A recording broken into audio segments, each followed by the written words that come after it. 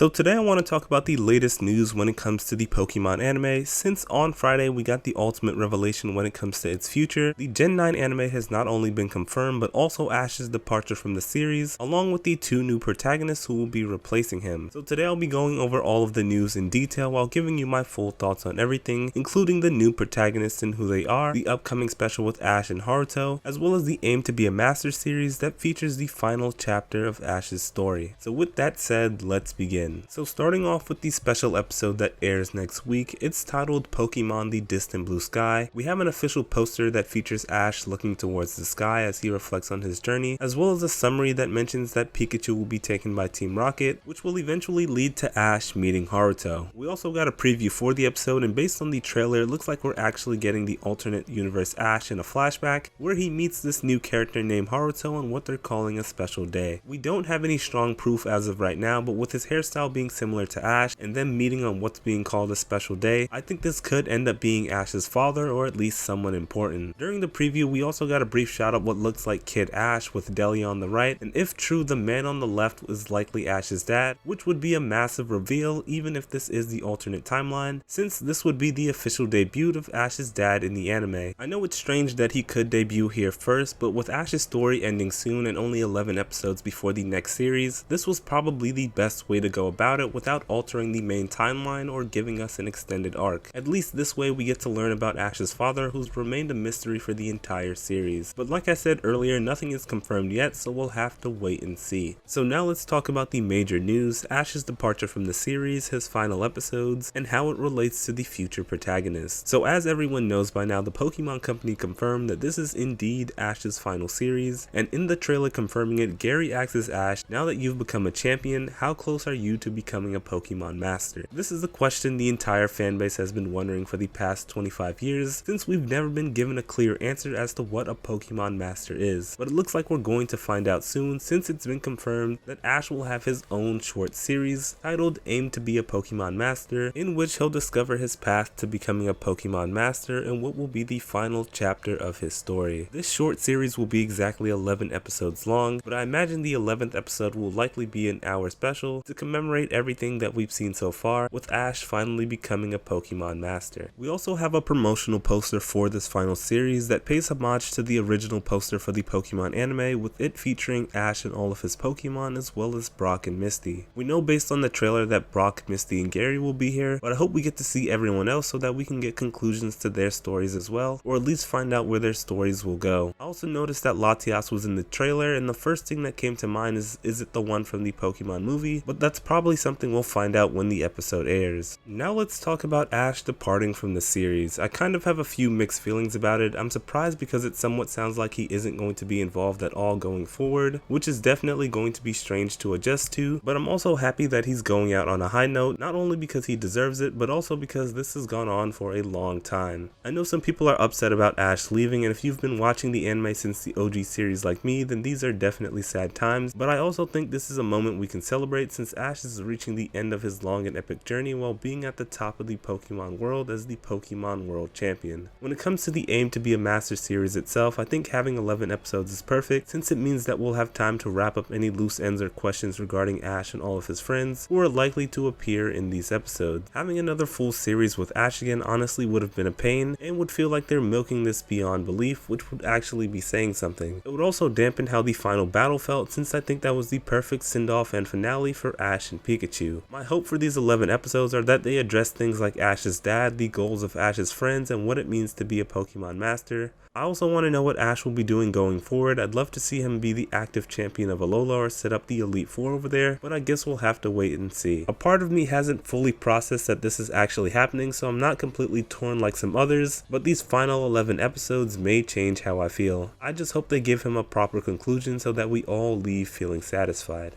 Now let's talk about the new Gen 9 anime featuring the two new protagonists. There are a few conversations to be had about them despite the lack of information, but first let's talk about what we already know. So this new series will be starting in April 2023, which is the 26th anniversary of when Ash's journey first began in the anime in Japan, which was likely done intentionally to pay homage to the original series. And as everyone knows, we're getting two new protagonists who are named Riko and Roy. Riko, the female protagonist, is called Liko in the dub, in case you were wondering about the confusion confusion regarding her name, and Roy is just Roy, but from what I've seen, no one really cares about him so far, and everyone is interested in Riko, but I'll get to why in a minute. First, let's talk about the promotional poster in the trailer and what we can conclude. In the trailer with the special announcement, we were told that across the wide world of Pokemon, a brand new dream and adventure are about to begin, as we see Riko picking Sprigatito as her starter Pokemon while standing in what is definitely a classroom. Something else worth noting is that Riko isn't in a Scarlet or Violet uniform from either academy, so it looks like she won't be attending either school. We also get this confirmed in the promotional poster since she has on another completely different outfit, which means that once again the anime has chosen to diverge from following the game's main plotline with these new characters, which I don't have a problem with, although I do hope we see some of the Scarlet Violet story in the anime with characters like Nemona and Arven, as well as the Area Zero plotline. But getting back to the trailer, we also see a shiny Rayquaza, which I don't think we can draw too much from just yet, but I think Rayquaza could end up being to Riko and Roy what Lugia was to Go and Ash in Pokemon Journeys, or possibly what Ho-Oh and Mew were to Ash and Go at the start of their own individual journeys, which I think would be a great dynamic either way. The last thing we see in the trailer is obviously the initial poster with the zoom in on both characters, which definitely makes it look like Riko is the bigger protagonist of the two because of how it zooms in on her first and makes her seem larger in comparison, which may have to do with her importance to the story, but I'll talk more about that later. Now let's talk about the individual characters. First is Roy, since he's the least interesting as of right now. His design is pretty basic in a standard way that's reminiscent of Ash, but it also lacks a lot of color in comparison. His pose is similar to Go's in Pokemon Journeys with him holding a Pokeball, so maybe he'll have the goal of catching or maybe battling all Pokemon. When it comes to the starter Pokemon, we know Riko is getting Sprigatito, which is why it's next to her, so it's logical to assume that Roy is getting Quaxly, Fuecoco, or both. I would definitely lock in him getting Fuecoco since he has a red patch in his hair and a red shirt, since almost every former companion has been color coordinated with their starter to a degree, but that would also mean that Riko could get Quaxly, which I'm not too sure about, so who knows, Quaxly could just end up going to a rival character. Now let's talk about Riko. She's color coordinated blue, which goes with Quaxly like I said, but she's seemingly going to get Sprigatito, who will be her main starter even if she does get both. She also has a green pendant, which I thought was a gym badge at first, but after looking it up, it's not. I've seen some people say that it's a Thunderstone, but I think the green and slight yellow on the inside could be a reference to Rayquaza, who we saw in the trailer. Obviously the Rayquaza in the trailer is shiny, so it's black, but most people are familiar with the green one, so it makes sense that they would make a pendant after that. Now let's talk about the elephant in the room, Riko's identity and origin. We know this takes place after Pokemon Journeys, but we have no idea how long since no time frame has been given. This has led to people speculating that Riko is Ash's daughter. Why Ash's daughter? Aside from the fact that the child of the last protagonist is an easy move to make business wise, Riko has black hair like Ash and a green hairpin that's similar to the logo that was on Ash's hat in the original series. Appearance wise, she has nothing else remotely the same, not even Ash's iconic Z scars, which I think would be strange to exclude for Ash's child. It would be like Naruto's kids not having his iconic whisker marks. When it comes to the mother, I won't do any speculation on that today since she could just end up being an entirely new character, but this is something I plan on talking about pretty soon because of all the possibilities surrounding it that relate to Ash and the new series in itself. So those are all my thoughts regarding the upcoming special episode in the alternate timeline, the aim to be a master series, and the new protagonist in Gen 9 anime. I have a few other things I want to talk about, but I may wait for more information as I always do. Be sure to give me your thoughts on everything in the comment section below. I have several other discussions planned, so be sure to look out for those as well. Thanks for watching, and bye.